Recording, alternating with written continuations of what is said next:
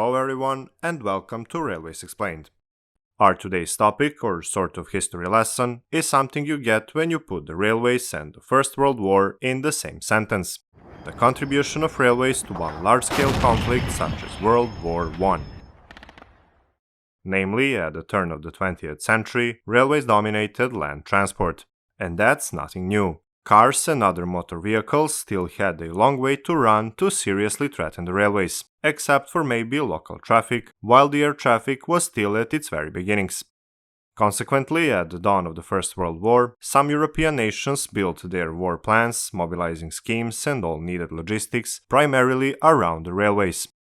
Each nation had developed very detailed schedules for concentrating troops and equipment at key points, from where they could send the forces rapidly to designated other locations. The significance and the role of the railways in the First World War were so big it is almost impossible to exaggerate.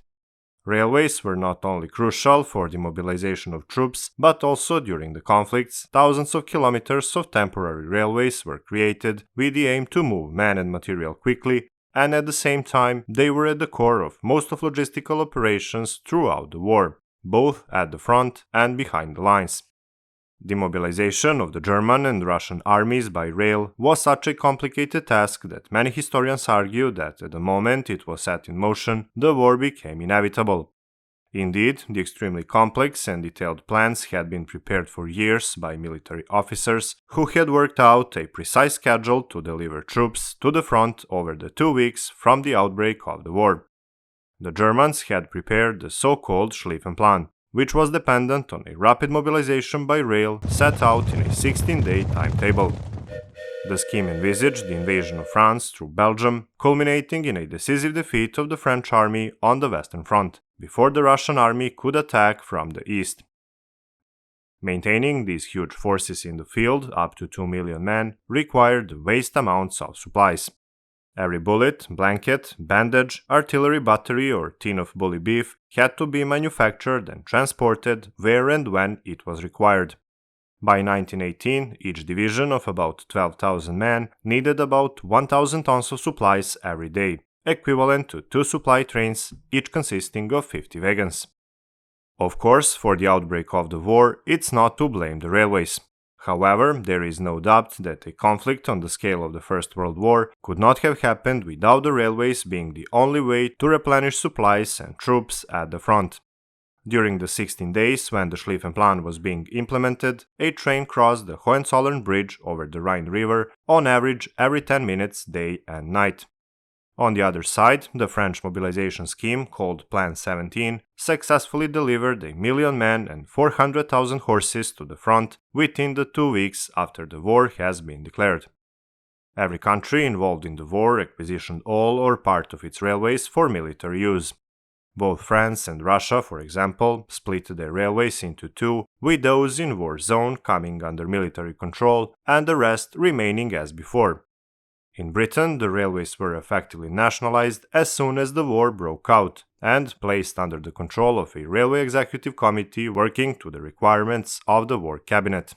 When speaking of Britain, the war may have not been fought on British territory, but the Southeastern and Chatham railways extended its operations into France, and later the tracks and other railway equipment from closed branch lines were exported wholesale to France, where they were installed by the British Army's Railway Operating Division, which eventually built up to a force of 75,000 men. Remarkably, even in the United States, where nationalization is sort of taboo, the railways were taken over by the government under the protection of the newly created United States Railroad Administration. They were then reorganized under military conditions, which made them far more efficient. Among others, railway companies were obliged to send freight by the shortest route, to accept tickets of rival companies, and standardize their equipment, including locomotives. The government even breached its antitrust legislation to impose order on railways. Since the strategic importance of railways was recognized by all sides, an early tactic of retreating armies on all fronts was to destroy the tracks on the territory they left. Surprisingly, given such sabotage had occurred as far back as the American Civil War, the Germans had relied on Belgians leaving their railways intact, as they fled the invasion of their country. But instead, tunnels and bridges had been blown up, delaying the German advance. This scenario would be repeated at many places throughout the war. The railways also reduced the likelihood of decisive battles in another crucial way. Given the air reconnaissance was available to both armies, the need for railway supply lines meant that surprise attacks became impossible. Namely, once evidence of a military build-up, such as the construction of new narrow-gauge railways or intense railway activity to create munitions dams, was spotted, the defending side would be able to prepare for the assault.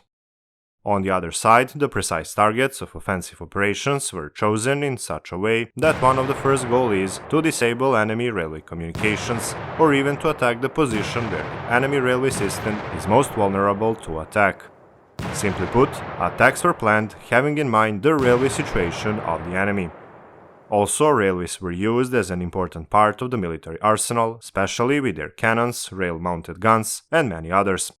Considering railway artillery is a wide and super interesting topic, we might even make a special video for that purpose. Now, let's go back to the strategic part of the story. Even during the quiet periods between offensives, the railways were in perpetual motion.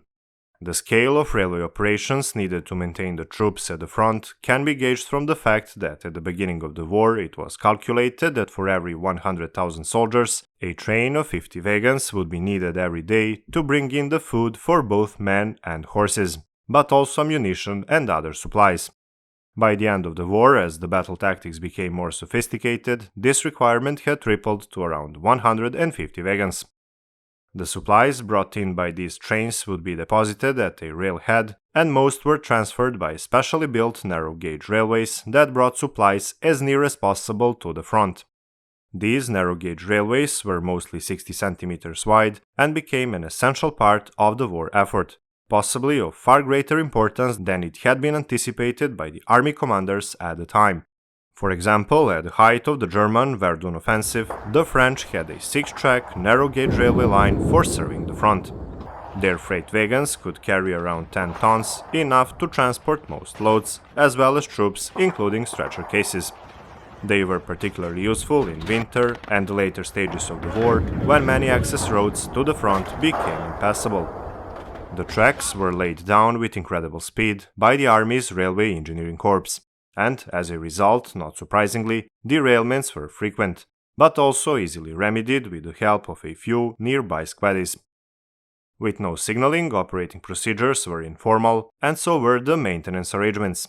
For example, when locomotives ran out of water, they sucked in a new supply with a flexible pipe, so-called water lifter, from the nearest flooded shell hole. According to some accounts, the worst-performing railways in the war were those of Tsarist Russia, and during the 1917 revolution, the Russian railway system almost collapsed. Namely, when building the Trans-Siberian Railway, the Russians had concentrated their railway resources in the east, leaving only a sparse network connecting it with the rest of Europe. The lines leading to the western battle zones were thus immediately overloaded, and there was constant tension between the railway and the military administration with no clear instructions from incompetent Tsarist regime. Supplies to the front were not prioritized and bottlenecks built up throughout the system, severely weakening the war effort. The civil war that resulted from revolution also had a devastating effect on the railways. The coal ran out and trains had to run on newly cut timber. By 1921, the 2/3 of the stock of 19,000 locomotives were rusting in yards, and it took a decade for the victorious communists to get the system properly functioning again. Russia was not the only case in that sense. Almost all countries in which the conflict had taken place had large sections of lines being damaged, and some of them even had the whole systems destroyed, leaving enormous repair bills for the states. Inevitably, given the disintegration of Austro-Hungarian Empire and Germany's loss of some territories after the war, there was a major restructuring of European rail network. Austria maybe suffered the worst. Before the war, the privately owned railway in Austria had been the third largest railway system in Europe, with 46,000 kilometers. And by the start of the Second World War, when the railways were taken over by the German Reichsbahn, it was a state-controlled network accounting to just 6,700 kilometers. We could discuss for hours the influence that railways had on First World War, but also the influence that First World War had on railways.